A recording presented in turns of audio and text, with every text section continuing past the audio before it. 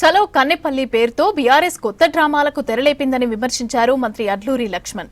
Kaleshwaram commission రిపోర్టులో BRS అవినీతి చిట్టా బయటపడిందన్నారు. దాన్ని డైవర్ట్ చేసేందుకు కన్నెపల్లి కార్యక్రమం తీసుకున్నారని ఆరోపించారు.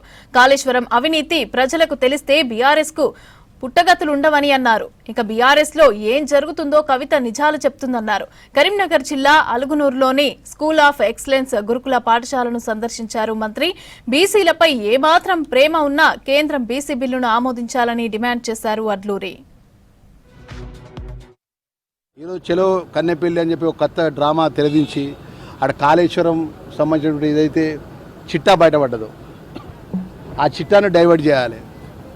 వాళ్ళు చేసిన పాపాల చిట్ట మొత్తం బయటపడ్డది. ఇప్పుడు బలంగా ప్రజల దగ్గరికి పోతుందో ఈంత మాకు పుట్టగతులు లేకుండా మా పార్టీకి బీఆర్ఎస్ టీఆర్ఎస్కి అయిపోతుందో ఈంత ఉన్న కార్యకర్త ఎవరు లేకుండా అవుతున్న భయానికి ఏదో కొత్త డ్రామా తెచ్చి ప్రజలు అన్ని గమనిస్తున్నారు. మాజీ ముఖ్యమంత్రి కేసీఆర్ గారి, మాజీ మంత్రులు ఉన్నటువంటి హరీష్ రావు గారు కానీ, కేటీఆర్ గారి, మాజీ మంత్రులుగా ఉన్న వాళ్ళు ఒకసారి మా కరీంనగర్ జిల్లాకు సాగునీరు విషయంలో ఏం అన్యాయం చేసిన విషయం లోపల చర్చకు వస్తే నేను సిద్ధంగా ఉన్నా.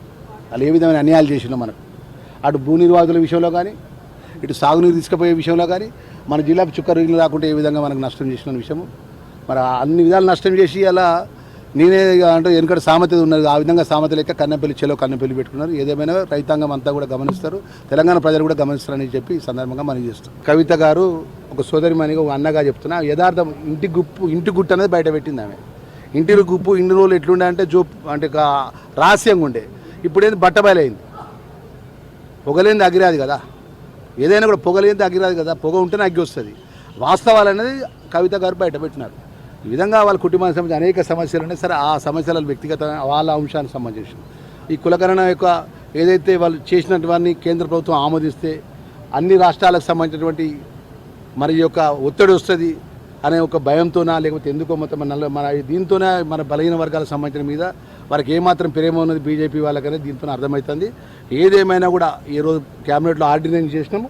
ఆ ఆర్డినెన్స్ ద్వారా అయినా కూడా 100% 42% బీసీ వర్గాలకు సంబంధించిన కుల బాంధవులందరికీ కూడా ఆ చట్టాన్ని అమలయ్యే విధంగా గౌరవ ముఖ్యమంత్రి గారి నేతృత్వంలో కూడా ఆర్డినెన్స్ ద్వారా అమలు చేస్తామనే విషయాన్ని ఈ సందర్భంగా తెలియదు.